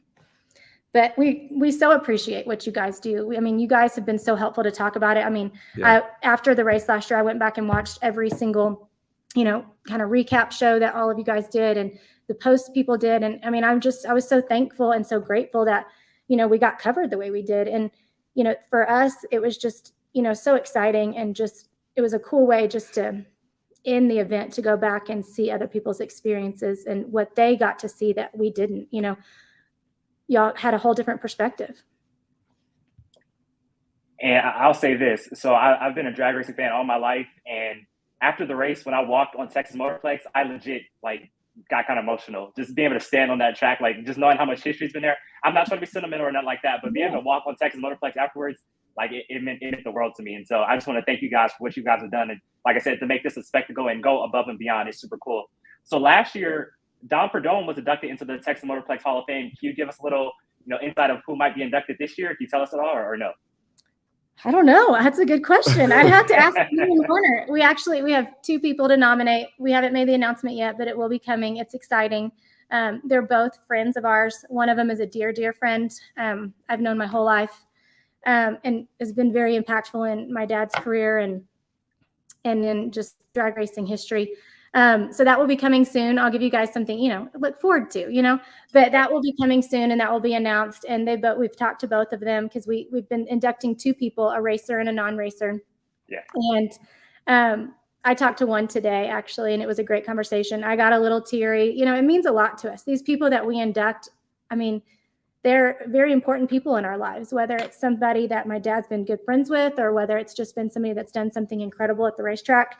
It really means a lot for us to be able to showcase these people that have done something extraordinary at the Motorplex. And so that wall is growing. We've inducted, several people throughout the years, and we just continue to add to that list. And those 2 people will be honored at that Champions Dinner on Wednesday night. And then they'll have their induction ceremony on Friday night and Sunday morning. So, but I'm just going to let you have something exciting to wait for. I'm looking forward to it. I think this is a question that everyone wants to know. Hey, Trey. Will Oliver be there? We will have Oliver. Yes, we will. Oliver will be there all 10 days. They're ready and willing. Oliver is, the mascot of the Motorplex. And it wouldn't be the same without Oliver. And, every year, one of our kids argue on which one gets to ride Oliver. So we'll see which kid of ours is on Oliver this year. Last year it was Sam. We'll see. We have a daughter named Charlie. We'll see. It may be her year. But Oliver is going to be there, yes. My name and one of my kids' names. I love it. Just looking at everything, like we said, like we continue to say, where can people, I want you guys to say where people can buy tickets, where they can follow you guys on any social medias or anything like that. Like plug yourself right now. Absolutely. Tickets, go to stampedeofspeed.com for tickets. You can also visit texasmotorplex.com for more information, but Stampede of Speed has the entire 10-day calendar, ticket links there. We also follow us at texasmotorplex.com for our website and news and newsletter. We send out weekly newsletters, and that'll have ticket opportunities and things like that. At Texas Motorplex is our Instagram handle, Texas Motorplex on Facebook, and we have TXMplex at Twitter. So yeah, it's going to be a great week. So yeah, the sooner you get there and buy a ticket, the better seat you're going to have. This past weekend, we went live with the 10-day ticket sales. We've, NHRA tickets and Funny Car Chaos tickets have been on sale for a few months, but the full 10 days is on sale now, along with the Country Music Festival. And ticket sales are exploding. And for one, I've just been super excited about just seeing the movement. Obviously we've all been through a lot the past few years with the pandemic and just the things in the world that we've all had to deal with that we don't want. Nobody should have to experience, but yet I'm just so excited about seeing how our fans have been so loyal. 2020 was a huge year for us in the midst of the pandemic. We almost had the ability to function normally. Last year, obviously, with Stampede of Speed was just incredible. And watching the momentum this year with ticket sales and with just interaction with our fans online has been huge. So we are just really excited about the opportunity in the future and, what 2022 is going to hold for us with the Stampede of Speed. So yeah, we encourage you to go get your tickets now before the best seats in the house are gone for sure. And like I said, for me, I just want to thank you guys for everything you guys have done and going above and beyond, this past year and coming into this year. Final question for me, I just want to know, can we look forward to another flyover on Sunday morning before the race? And also, I don't know, I forgot his name, but he's the PA guy when when Alan wasn't talking or when Al Tucci or Wes Buck was in the booth. That guy, I really liked him in the booth. Well, he'll be back this year also. Laney, yes. Laney will be there. Okay, yeah. Yes, he was great. Yes, Laney is he's our production manager, and he will be there all 10 days.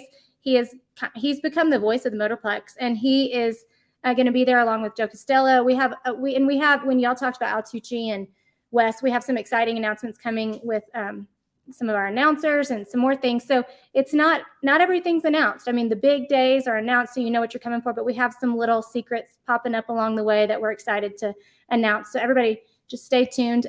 Tickets for that Champions Dinner go on sale around Labor Day. So, we still have more information to release, and we're pretty excited about that. So, and then Barry, you can speak to the flyover. We're working on the flyover. Yeah. Okay. I love it. That's the goal. We plan on having one. Yes. And I think Darren's asking because he wants to jump out of a plane. Oh, okay. That's on his bucket. That's on his bucket list. Make it happen. I'm good. Barry, I'm good. Barry, I'm counting on you. All right. Count on you. I will say we do put have the wheels in motion on this. Yeah, there we go. We do have a very special guy doing the parachuter this year. Is a very special guy. He is going to be there for the rodeo or the bull riding and for Sunday race day. And he is a military veteran that he's a double amputee.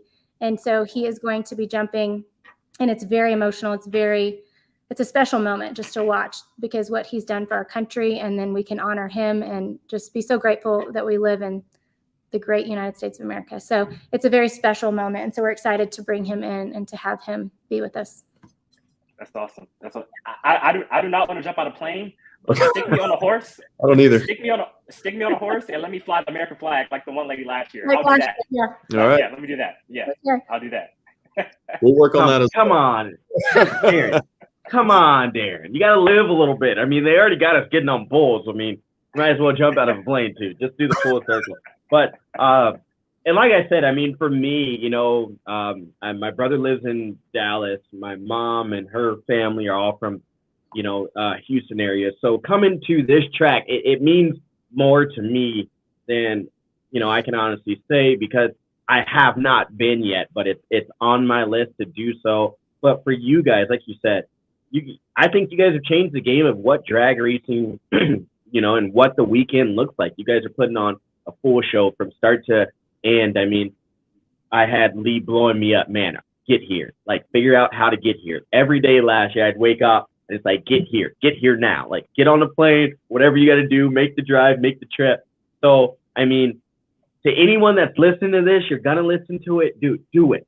Like, if nothing else, I'm telling you, this whole experience is something that you need to be a part of. If you're not a drag racing fan, there's so much more going on that will just relate to you in any type of way. So for anyone out there that's listening or watching or whatever it may be, get to the track. I mean, hands down, you're going to enjoy yourself and you're going to get to experience some fast cars going down with a great facility, great family, behind all of this. And that's what it's all about. Our true drag racing culture and community has some great people in it, and they're putting themselves, out there to say, you know what, we want to keep this alive. And so for me, for my family, because I know my uncle's going to be there because he texted me last year and was like, hey, I'm here. Where are you at? And I'm like, I'm sitting at home. That's how bad it was.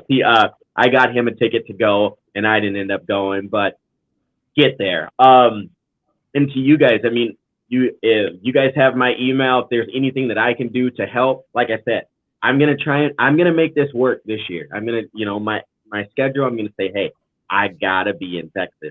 So if there's anything I can do to help you guys out to your, to the whole team, you guys having, traveling, with these NHRA events. I saw them down in Denver, and they're helping out with the Palmer team and everything. So just thank you guys for what you're doing. Thank you for putting on an event like this, because there isn't, another one like this that we have right now. And it's really, it's something to talk about in drag racing.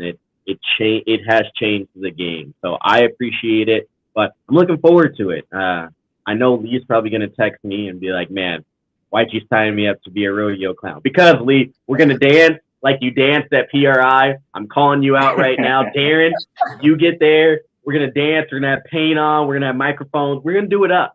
And, that's what it's all about. It's for the betterment of our sport, and we can't thank you guys enough for what you're doing. And we appreciate thank you for having us. And, we love talking drag racing. And so we're just so thankful to have the opportunity.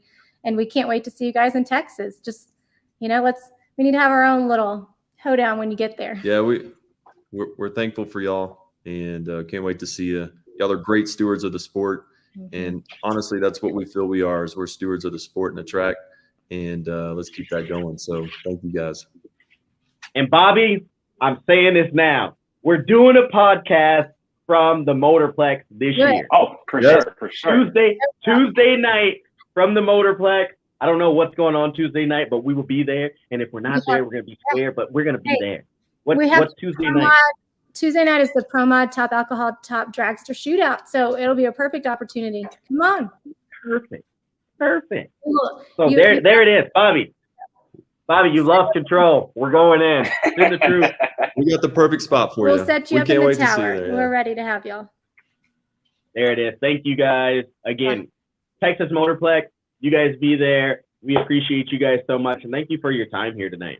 Thank you guys so much. Thank y'all. Appreciate it. Thank you guys. See y'all in October.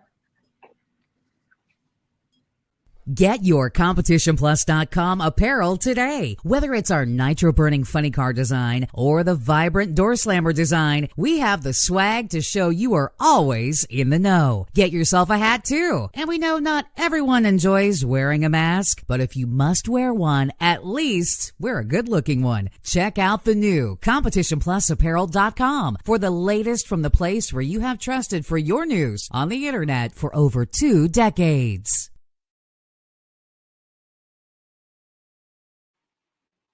Darren, man, we've reached it. We've got to the top end. Safety Safari has got the red lights out because we've been yakking it up so much about this Motorplex. Man, they got the red lights out. Reinhardt is on the 1s and 2s saying it looks like it's going to be a short shutdown. Cleanup or something's going on, because they're just talking craziness on the top end right now. But Safety Safari is getting us off the track. We're wrapping this up. Darren, man, I'm excited. I'll go and pack I'm not going to Topeka, going to Brainerd. Are you coming? Are you coming up here? Are you getting on the flight to Vegas to Minot? We can roll out. Come on, brother. Come on. Don't make Darren. Don't make that face, Darren. You look, Darren. I'm gonna call you Stephen A. Smith right now. I'm just gonna say it. Whoa. I didn't even respond to that. Wow. Now you gotta come. Now you gotta come. Yeah. I can't call you Skip. I'm wearing a hat next show. I'm wearing a hat. Wow. Oh my goodness. Hey, it's just the camera. Okay? It's just the camera. Wow. Everybody, let's move on. I'm just asking. Are you? It was a joke, brother. It is hot in here, Below Paul. It's hot in here. My girlfriend is turning on the AC. It's hot in here, man. All right. Anyway, we had our fun now. Are you going to Brainerd? It's looking like the U.S. Nationals. So, U.S. Nationals. Hey, man, it's hard out here, man. U.S. Nationals. So I did text you about that. You didn't respond in the group message, so make sure you respond. No. Here's the thing. So I was saying this live on air. I seen it this morning, but it disappeared. No lie. I was like, I saw Slam and Sam and Lee, and it disappeared. I don't know what that was. I was like, that was weird. Yeah. Okay. Well, text me again. Will do. So looking forward to Topeka. What are your picks? I want to know your picks, man. I got to write these down too. What are your picks for Topeka? I'm calling Right you off out. the bat. Welcome to the show. Picks for Topeka. Welcome to the show. So we got all 4 classes in Topeka, correct? We got all 4 classes. Okay, so I'm gonna go. And D-Wagon, D-Wagon is stepping up for the Pro Mod, so I'm super excited about that. All right, so top fuel eliminator. I'm gonna go Brittany Forest going back to back. You know, Topeka, you know, I think we'll get some good. I don't know what the conditions are, but that's a bad, fast racetrack. Brittany Forest has been dominant on the cool racetrack, so I'm gonna go Brittany Forest top fuel eliminator. Funny car. Okay. For funny car, I'm gonna go. I would say I'm not picking Matt Hagan, but Matt Hagan needs a good, healthy weekend after not winning around on the Western Swing. Matt Hagan needs to bounce back. But for Nitro Funny car, I'm gonna go with John the Brute Force. I think we get a double up back-to-back years. John and Brittany Force doubles up back-to-back years. John Force gets a funny car. Pro stock. I am going to go with. I say Erica Enders keeps the winning going in Topeka. I'm going Erica Enders. She needs to win. You know, get 7 wins on the season. I want her to win more than 10 races this year, or get to 10. I either want her to get to 10 wins or go over 10 wins this season. And in pro stock motorcycle, let's go. Let's see, Steve Johnson. I think Steve Johnson gets back in the winner's circle in Topeka. So Brittany Force, John Force, Eric Enders, and Steve Johnson are my picks for Topeka. I need one more class, and you know Pro why. Mod, right? Pro Mod. Let's go. Don't do not forget about my beloved Pro Mod. Let's go Chris Thorne. Let's do it. Man. Let's do it. All right. Top fuel. This is going to be the week where everyone eats their words. Mark my word. I'm looking you guys dead in the eye right now. This is going to be the week where you guys say, oh, he didn't did it. Torrance, them Capco boys, is going to the top. That's my pick. I mean, I have to do it. I like it. Okay. This is going to be one that people are going to be like, what the heck, Sam? Funny car, Alexis DeJoria. That's not out the run possibility. They've been running good. I like that pick. I like that pick. A lot of people are going to do that. You guys know my pick for pro stock. I'm going double E, baby. Double E all the way. I said it in my bold prediction after Denver. You got it. Pro stock motorcycle, y'all pissed them off. Again, someone that you've been knocking at the door at. You've been making them mad. You've added weight. You've taken away weight. You've done this. You've done that. You know who I'm talking about. I'm talking about Matt Smith. Matt Smith, okay. And as Drag Racing Central says, because I will not say it, in the great category of this, right here below, it's time for a little bit of revenge. It's time for, this one's hard for me. Very, very hard, because this is one of my beloved class. And there's 2 people that I would really like to see win, but I want to see a double up.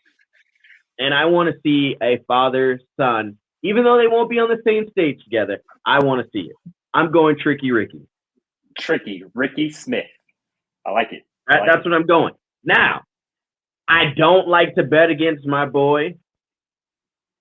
There's 2 other cars in that field that I'd never want to bet against or say anything against, and that is Doug Winters and that is Lyle Barnett. I never want to pick against them, but I would like to see Matt Smith and Tricky Ricky get a win on the same day. That's just me.